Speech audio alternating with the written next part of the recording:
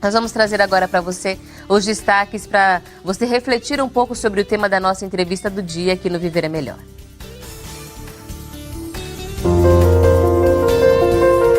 Segundo a Organização Mundial de Saúde, OMS, o glaucoma atinge 65 milhões de pessoas em todo o mundo, sendo que 1% da população é cega e mais de 4 milhões são portadoras de deficiências visuais severas. No Brasil, a doença atinge 2% de indivíduos acima dos 40 anos, cerca de 1 milhão de pessoas. Você sabe o que é o glaucoma ou conhece alguém que tem essa doença? Hoje nós vamos entender mais sobre ela, sobre diagnóstico, a importância do diagnóstico precoce, tratamento, prevenção, será que é possível? A gente tem muitas dúvidas ainda para esclarecer sobre esse tema, porque há muito o que entender sobre glaucoma, afinal é uma doença com uma grande incidência na população. E para conversar sobre o assunto hoje, nós vamos conversar com o Dr. Daniel Camilotti, que é oftalmologista, conversa com a gente aqui de São Paulo, capital, especialista em retina pela Universidade de São Paulo, a USP, com título de especialista em oftalmologia pelo Conselho Brasileiro de Oftalmologia, especialista também em retina e vítreo, convidado do programa Viver é Melhor, mais uma vez conversando com a gente. Dr. Daniel, boa tarde, seja bem-vindo ao programa. Boa tarde, Camila. Eu que agradeço o convite. É um prazer sempre estar elucidando essas dúvidas sobre essas doenças oculares. Doutor, eu gostaria que o senhor começasse falando sobre essa incidência do glaucoma. A gente fala hoje sobre uma quantidade grande de pessoas com um problema que pode levar à perda da visão, mas ainda assim, doutor, são pessoas que não têm o diagnóstico muitas vezes, ou é um número subestimado, pode ser que seja até maior e a gente ainda não conseguiu encontrar tantas pessoas que podem receber ajuda, mas ainda não conseguiram chegar ao médico, não é, doutor? Sim, o grande problema dessa doença, porque o glaucoma é a principal causa de cegueira irreversível na população. E o que leva a isso seria os sintomas que no início são silenciosos. Então, o paciente não vai perceber os sintomas, ele não tem dor, não tem vermelhidão. Ele vai aos poucos perdendo o campo visual e só vai perceber uma baixa visual quando está muito avançado. Então, por isso a necessidade de um acompanhamento de rotina para que essa doença seja detectada precocemente e tratada, evitando complicações e sequelas futuras. Porque essa falta de sintomas seria o que mais deixa a gente preocupado, porque o paciente não vai procurar a consulta oftalmológica de rotina e isso pode estar cometendo a visão dele, o nervo óptico, perdendo o campo visual e ele não perceber nesse início. Então, por isso, a incidência é muito grande e provavelmente muitos pacientes não sabem que tem por não acompanhar de rotina com o seu oftalmologista. E o Dr. Daniel trouxe ali nessa resposta uma palavra importante sobre glaucoma. É uma perda irreversível. A gente sempre lembra, a catarata é a principal causa de perda de visão, mas dá para reverter. A gente tem hoje um grande avanço no tratamento da catarata. No caso do glaucoma, isso não é a mesma situação. Então, doutor, explica para a gente melhor o que é o glaucoma e por que é que ele é irreversível. Sim, no caso da catarata a gente consegue reverter, porque com a cirurgia a gente consegue tirar aquela lente que ficou suja, implantar uma nova e tudo se resolve. Já o glaucoma seria uma perda de fibras nervosas do nervo óptico e a perda de campo visual. Você vai perder aquela visão da periferia para o centro. Então esse paciente não vai perceber a baixa visual central. E o que já perdeu dessas fibras, que seriam, vamos associar com mais ou menos neurônios, a gente não consegue mais reverter. Então o tratamento do glaucoma não seria para reverter a visão ou melhorar a visão. O tratamento do glaucoma seria, na maioria dos casos, tentar abaixar a pressão do olho, que seria o principal fator de risco do glaucoma, a hipertensão ocular, e abaixando essa pressão a gente consegue estabilizar o quadro e não melhorar. Por isso, a necessidade do diagnóstico precoce para evitar uma sequela e a gente conseguindo tratar desde o início, a gente consegue evitar uma perda visual e uma perda de qualidade de vida desse paciente. Usando o colírio no início, conseguindo abaixar essa pressão, a gente consegue nem ser necessário cirurgia, que essa cirurgia seria necessária só num momento mais tardio em que todos os colírios não conseguiriam dar conta dessa pressão. Então, detectando precocemente, a gente consegue controlar a pressão do olho com esses colírios, baixar a pressão e estabilizar o quadro, e não reverter, e não melhorar a visão. A gente pode pensar nessas fibras oculares assim como os neurônios, que a gente sempre escuta que neurônio que se perdeu não dá para voltar atrás, nas doenças neurodegenerativas, Alzheimer, essas doenças a gente já sabe que não dá para recuperar. É a mesma coisa quando a gente fala do olho. Sim. Então, o que foi perdido não recupera, mas dá para a gente evitar novas perdas. É isso que a gente pensa com relação ao glaucoma. Com certeza. Por isso o diagnóstico precoce é o mais importante para o tratamento ser precoce e a gente evitar uma sequela da visão desde o início, e principalmente em pacientes que têm casos na família, por ter essa genética aí como principal fator de risco. Então vamos falar sobre isso, doutor. Você já trouxe então uma informação importante. Genética é o maior fator de risco. Além dela, quais outros são fatores que devem ser observados? Sem dúvida, a genética é o principal fator de risco. Se você tem algum parente, pai, avô, irmão com glaucoma, é importante essa avaliação, porque a genética é o principal fator de risco. A idade, a partir dos 40 anos, é o mais comum, mas existe também o glaucoma congênito, que o neném já nasce com glaucoma, mas os sintomas são diferentes. Existem, às vezes, causas secundárias, que seriam o uso de corticóide a longo prazo, trauma, inflamação ocular. Então, existe também o glaucoma secundário, que pode acontecer mais cedo. Existe o glaucoma juvenil, mas o glaucoma de ângulo aberto após os 40 anos seria o mais importante. E nos afrodescendentes, o glaucoma de ângulo aberto seria o mais comum, e de ângulo fechado, que seria um glaucoma que, de repente, o paciente começa a sentir uma dor insuportável, mas isso é uma porcentagem menor dos casos. Então, nesse caso, o glaucoma de ângulo fechado, que é mais comum nos orientais, existem sintomas, que seriam uma dor muito grande, que o paciente vai procurar o pronto-socorro, mas na grande maioria dos casos, o glaucoma de ângulo aberto seria essa porcentagem maior dos casos em que os pacientes não percebem e que a perda visual é gradativa, e quando ele vai perceber algo, já está muito avançado. Doutor, o senhor falou sobre o tipo que é mais frequente na população, e a gente pode dizer que ele ainda assim tem graus diferentes, porque não é de uma hora para outra que a pessoa perde a visão. Então tem tipos diferentes, mas a gente pode dizer que tem leve, moderado. Como é que se classifica quando se faz um diagnóstico de glaucoma, por exemplo, para entender a gravidade da doença?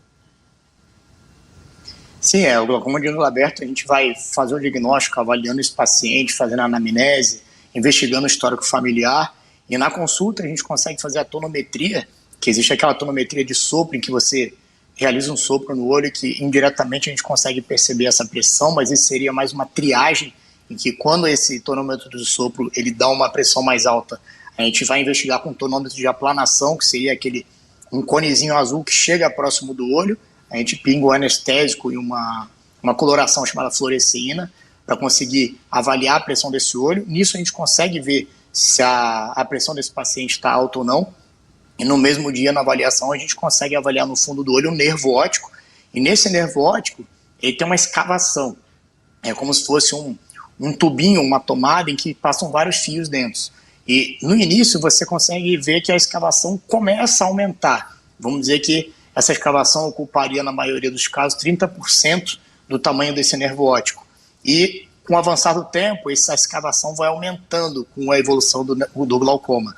E aí essa escavação vai aumentando para 40%, 50%, 60% do tamanho desse nervo óptico, até o momento em que ele vai atingir 90%, 95%, até que a gente vai chegar naquela escavação subtotal, onde a visão do paciente já está completamente acometida, o campo visual quase que tubular, que a gente fala, enxerga como se fosse com um canudinho, e nesse momento é o momento que o glaucoma é grave, irreversível, e que a gente não consegue daí melhorar, como eu falei, a gente consegue estabilizar o quadro. Então existe sim um estágio por essa escavação, quanto que as fibras nervosas foram acometidas. E um diagnóstico precoce do glaucoma, a gente consegue fazer exames como a tomografia de coerência óptica, que é o OCT, ele consegue perceber o quanto de fibra nervosa que foi afetada, o campo visual, que a gente consegue acompanhar a evolução desse glaucoma, vendo como que esse campo visual do paciente está sendo afetado. Então a gente vai sempre acompanhando e vendo se esse campo visual está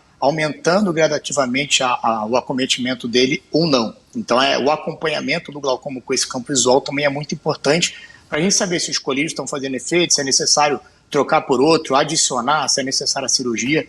Então existe sim a evolução, e a gente vai acompanhando conforme essa escavação vai aumentando. E é interessante porque não depende do sintoma que o paciente reconhece.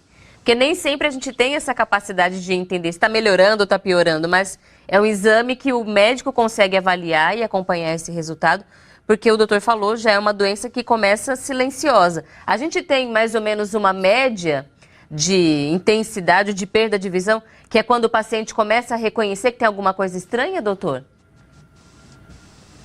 Então, no início, ele, na maioria dos casos, não consegue perceber. Então, a gente pedindo no campo visual, ele vai fazer um exame que, conforme vai aparecendo alguns pontinhos luminosos, ele vai olhar em frente e vai apertando conforme ele vê esses pontinhos. E no final do exame, a gente percebe que, em alguns momentos, a periferia já está acometida, com a evolução ele vai chegando para a média periferia, vai acometer no centro, e quando já começa a atingir uma parte mais central, ele já começa a perder também a visão central, o acometimento da visão, mas aí já seria um glaucoma muito avançado. A gente tem que perceber ele quando já começa a acometer o campo visual periférico, até mesmo antes disso, percebendo a pressão alta, o acometimento de fibras nervosas antes que tenha o acometimento do campo visual, que em muitos casos o campo visual depende da informação do paciente e que às vezes é dificultado, o paciente tem uma dificuldade de responder no exame subjetivo e precisaria existir uma perda de 40% das fibras antes de começar a ter alteração nesse campo. Então, o diagnóstico de glaucoma deve ser feito antes de começar a cometer esse exame de campo visual. Por isso, a necessidade do exame de rotina, o exame anual, o histórico familiar e a tonometria, a pressão do olho, o fundo do olho em todos os pacientes que a gente avalia principalmente com o histórico familiar. É interessante porque 40% é muita coisa. Então a gente vê quanto já se perdeu. Sim. Até que comece a ter algum sintoma. Inclusive, o doutor falou sobre essa questão da pressão alta, de controlar a pressão alta, e muita gente confunde. E é uma dúvida que chegou aqui da nossa audiência também. O João Paulo Lopes, de São José dos Campos, São Paulo. E João Paulo, seja sempre bem-vindo ao programa Viver é Melhor. Ele pergunta se a pressão do olho tem alguma relação com a pressão arterial ou a hipertensão, doutor.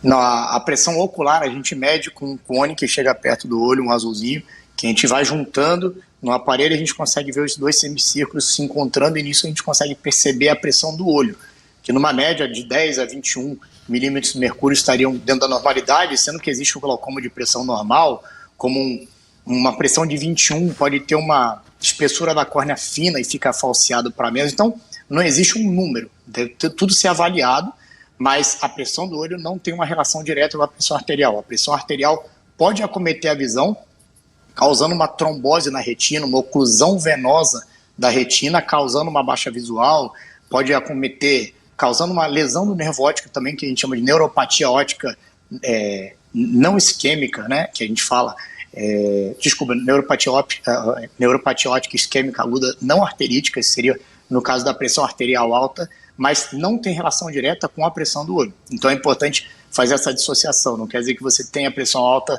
arterial que você vai ter o glaucoma, ou que você tenha um glaucoma que você vai ter a pressão arterial alta. Então, no caso a gente fala pressão alta, mas não tem a ver com aquela que a gente pensa primeiro, mas é importante ressaltar que as duas devem ser evitadas. As duas são ruins para a saúde, Sim. Então vale a pena a gente cuidar desse assunto. Doutor, o envelhecimento é um fator de risco para o glaucoma?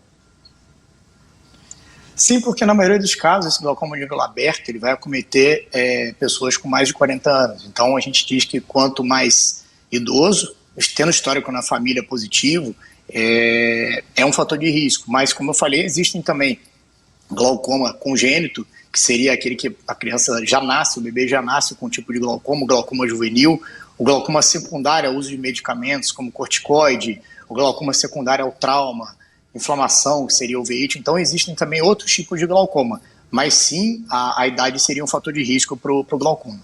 Então a gente tem que manter a atenção, porque são fatores de risco que podem ir se somando e a gente vai cuidando. Não quer dizer que todo mundo que está envelhecendo vai ter glaucoma, mas é só para a gente entender que é importante fazer esse acompanhamento. E quando a gente fala que a partir dos 40 que tem uma incidência maior, então essa é a faixa etária em que se faz um acompanhamento mais frequente para buscar um diagnóstico precoce?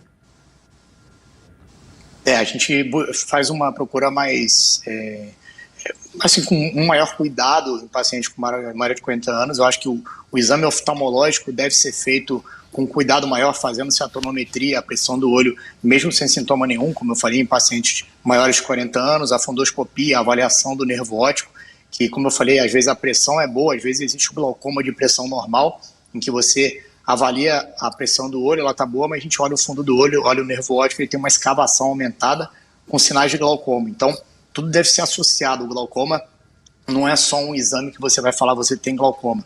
Um glaucoma avançado é fácil você detectar. Um glaucoma precoce, você deve juntar vários exames, vários sinais para poder dizer se essa pessoa tem glaucoma precoce ou não. Então é importante fazer essa associação e na consulta fazer esses exames principalmente em pacientes acima de 40 anos. Então, esse é um alerta que a gente faz. E a visita ao oftalmologista, a visita de frequência apenas para acompanhamento, deve ser uma vez por ano, doutor?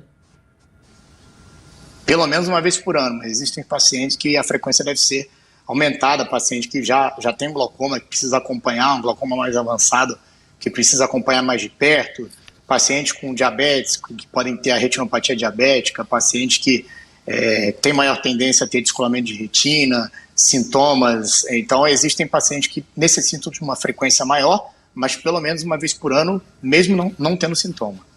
No próximo bloco a gente continua falando um pouco sobre diagnóstico, sobre como tratar glaucoma. O doutor falou ali sobre o uso de colírios, a gente vai falar um pouco sobre esses cuidados, sobre os hábitos, a importância de controlar também as doenças que podem de alguma forma descompensar o nosso organismo, porque a saúde está toda interligada. Então é importante que a gente tenha sempre esse olhar mais amplo sobre a nossa saúde. Não é só um olho que precisa ser tratado, é uma pessoa que precisa ser cuidada, porque naquele momento a visão está sendo acometida, mas há outros também, outros órgãos, outras funções do organismo que podem estar precisando dessa atenção. E além de falar de saúde emocional, quando a pessoa começa a perder a visão, há também um grande impacto na saúde mental, na saúde emocional, perda de autonomia, que muitas vezes acaba trazendo uma adaptação na rotina, alguns desafios na família, no próprio trabalho. Então, quando a gente fala sobre um diagnóstico ou sobre um desafio, a gente está falando sobre uma vida que precisa ser enxergada de uma forma diferente para que a melhor qualidade de vida possível seja promovida. E é isso que a gente vai continuar conversando nesse programa Viver é Melhor. Viver é Melhor de volta pela Boa Vontade TV. Hoje nós estamos conversando sobre glaucoma, uma doença que atinge os olhos de forma irreversível e pode levar à perda da visão. Mas não quer dizer que tem que ser assim. A gente está conversando sobre esse assunto hoje aqui no programa com o Dr. Daniel Camilotti, que é oftalmologista, e no bloco anterior destacou bastante para a gente a importância do diagnóstico precoce, que deve ser feito através do acompanhamento, dos exames, porque quando a gente percebe que a visão está se comprometendo, é porque já está bem avançada a doença. E a gente vai retomar a conversa com o Dr. Daniel, até com uma pergunta importante para a gente fazer para a nossa audiência ter consciência, doutor. Uma vez que o glaucoma começa a se desenvolver, se a gente não fizer nada, ele vai continuar se agravando, correto, doutor? Ou ele vai ficar parado, estagnado? Não, correto. Ele vai evoluir e se a gente não agir, não entrar com algum colírio, fazer algum procedimento para que a pressão intraocular, que é o principal fator de risco do glaucoma, diminua, ele vai evoluir, podendo levar à cegueira. Por isso a necessidade do tratamento precoce, a diminuição dessa pressão, para tentar estabilizar o quadro e evitar a cegueira. Quando um paciente chega no consultório, o senhor faz ali todos os exames necessários para o diagnóstico e identifica que já há um comecinho de uma perda, já vai ser encaminhado para um tratamento, doutor? Sempre significa tratamento esse diagnóstico?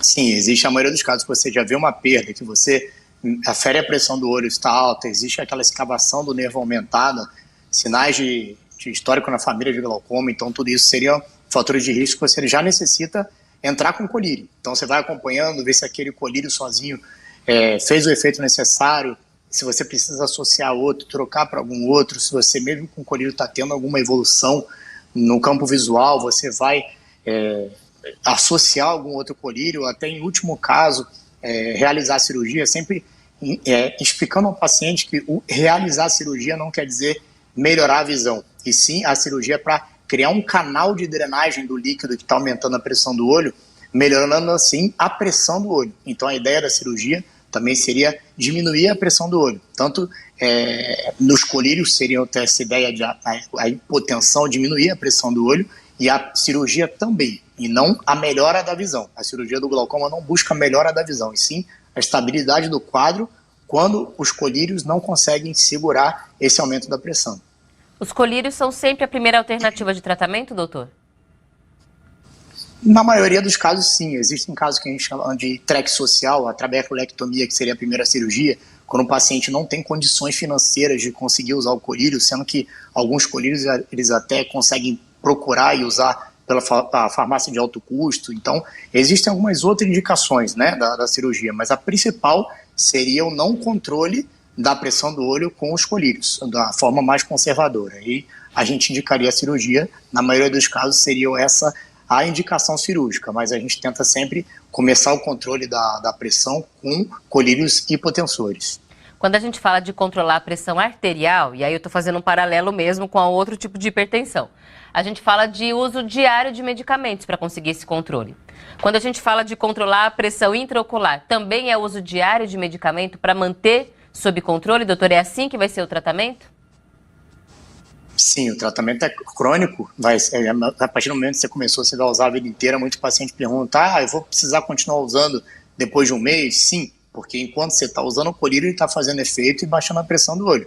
A partir do momento que você parou de usar, a pressão do olho vai voltar a aumentar e de novo vai começar a evoluir o glaucoma. Então, se você tem a pressão do olho alta, você precisa entrar com os colírios e continuar usando eles pela vida inteira. Ele não é um tratamento definitivo. Então, ele está abaixando a pressão do olho enquanto você está usando, enquanto eles estão agindo. Parou de usar, eles vão parar de agir, a pressão do olho vai aumentar de novo e o glaucoma vai voltar a evoluir. A gente tem alguma doença que interfira no tratamento? Porque a gente sabe que o organismo ele está todo interligado. Por mais que a gente esteja tratando o olho, um paciente com diabetes, por exemplo, com hipertensão, um paciente com alguma outra doença que não esteja controlada, isso pode interferir também no tratamento do glaucoma, doutor? Tanto os colírios do glaucoma podem ter alguns efeitos colaterais sistêmicos, não é tão comum, mas pode acontecer. Os beta-bloqueadores podem, às vezes, causar uma bradicardia, ou então quem tem asma pode causar um pouco de falta de ar, então a gente evita alguns colírios nesses casos. Existem alguns efeitos locais, como o olho ficar um pouco mais vermelho com alguns colírios, então a gente vai sempre avaliar o que a pessoa tem, as doenças sistêmicas, para indicar o melhor colírio nesse caso. E doenças como o diabetes, a retinopatia diabética, a pressão arterial podem causar oclusões vasculares, problemas no fundo do olho, na retina, que secundariamente vão criar neovasos que podem, vamos dizer, invadir a frente do olho e ocluir essa drenagem, causando então secundariamente um glaucoma secundário ao diabetes, um glaucoma secundário a uma oclusão vascular causada por um pico hipertensivo. Então, existe essa associação dos colírios com a parte sistêmica, como a parte sistêmica com o glaucoma. Então, a gente sempre deve fazer essa associação de doenças sistêmicas e o tratamento ocular. Cuidado com a saúde tem que ser sempre integral, não dá para cuidar de um lado e descuidar do outro. Esse é o nosso desafio diário. Agora, doutora, a gente tem a pergunta aqui de uma telespectadora de Taubaté, mandou mensagem pela primeira vez, seja sempre bem-vinda, viu, Sandra? Ela pergunta sobre laser, doutor. Se laser para baixar a pressão do olho é mais eficaz que o uso de colírio? O laser, em alguns casos, é indicado, chamado trabeculoplastia, que quando alguns colírios não estão conseguindo controlar, às vezes você pode lançar a mão dessa trabeculoplastia, que é um tipo de laser, e existe a iridotomia, que é o YAG laser. Nos pacientes que têm aqui glaucoma de ângulo fechado, é indicada essa iridotomia, que é uma aberturazinha feita a laser naquele colorido do olho, na íris, que vai ajudar no escoamento desse líquido, na drenagem, evitando uma oclusão desse ângulo e o aumento da pressão súbita. Então, essa YAG laser, a iridotomia, é indicado no glaucoma de pressão, de glaucoma de ângulo fechado. Já o glaucoma de ângulo aberto, existe o laser chamado trabeculoplastia, que não vai suprir, não vai substituir, ele pode até diminuir a quantidade de colírios necessários, mas existe sempre uma associação. Então, existe o YAG laser, que é indicado para o glaucoma de ângulo fechado, e a trabeculoplastia, que pode ser associado com o uso de colírios, principalmente com glaucoma de ângulo aberto. Além, pacientes diabéticos que devem ser tratados na retina com laser para evitar os neovasos e um glaucoma secundário. Aí já é um outro tipo de laser que é feito. Então, o laser não vai substituir o tratamento com colírios. E é interessante que a gente vê que é uma avaliação que o médico vai fazendo ao longo do processo, porque ele pode mudar a estratégia de tratamento de acordo com a resposta. Você falou sobre trocar colírios, aí de repente percebe que o laser vai poder ajudar um pouco mais a manter a doença sob controle. Por isso que é importante o paciente não fugir do médico, não achar que o assunto está resolvido. Ele tem que continuar voltando na consulta, não é, doutor? Às vezes o paciente começa a usar um colírio, acha que está resolvido, usa só ele, E quando vai voltar daqui a 10 anos, a pressão já está lá em cima, porque só ele não está dando conta. Seria necessário associar com mais 2 colírios, ou só os colírios não estão dando conta, é indicado a cirurgia. Então, o acompanhamento de perto com o oftalmologista é muito importante. Doutor, agora para concluir a nossa conversa, é possível prevenir o glaucoma, doutor? Sim, a prevenção, na verdade, é o mais importante, porque a prevenção é feita com exame de rotina. Se você tem alguém na família com glaucoma, se você tem algum histórico, né, que você pode correr atrás, então aquele exame de rotina feito precocemente vai evitar uma sequela, uma cegueira futura, que você vai entrar com tratamento precoce. Mas não tem como você usar um medicamento ou algo que segure uma pessoa que já tem essa genética de predisposição a ter o glaucoma. Então, se você tem essa predisposição, você deve fazer o diagnóstico precoce, o tratamento precoce, para evitar a sequela. Então, a prevenção e o tratamento precoce é que são os mais importantes para evitar a cegueira futura. E é assim que a gente conclui essa conversa aqui no programa Viver é Melhor. Lembrando, você que está na audiência, faz quanto tempo que você não vai ao oftalmologista? Muita gente na pandemia deixou de fazer as consultas de rotina, então é hora de retomar esse cuidado com a saúde. Doutor Daniel, muito obrigada pelas informações. Seja sempre bem-vindo ao programa Viver é Melhor. Eu que agradeço o convite e estou sempre à disposição. Obrigado.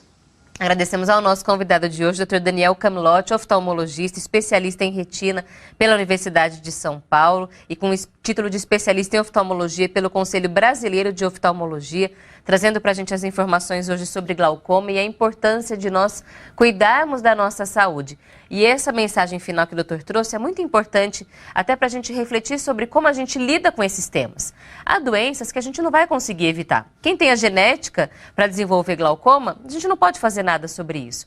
Mas a nossa postura de permanente atenção, de não relaxar com a nossa saúde, pode evitar que se perca a visão por isso. Não quer dizer que porque tem a genética, tem que ter a doença e tem que perder a visão.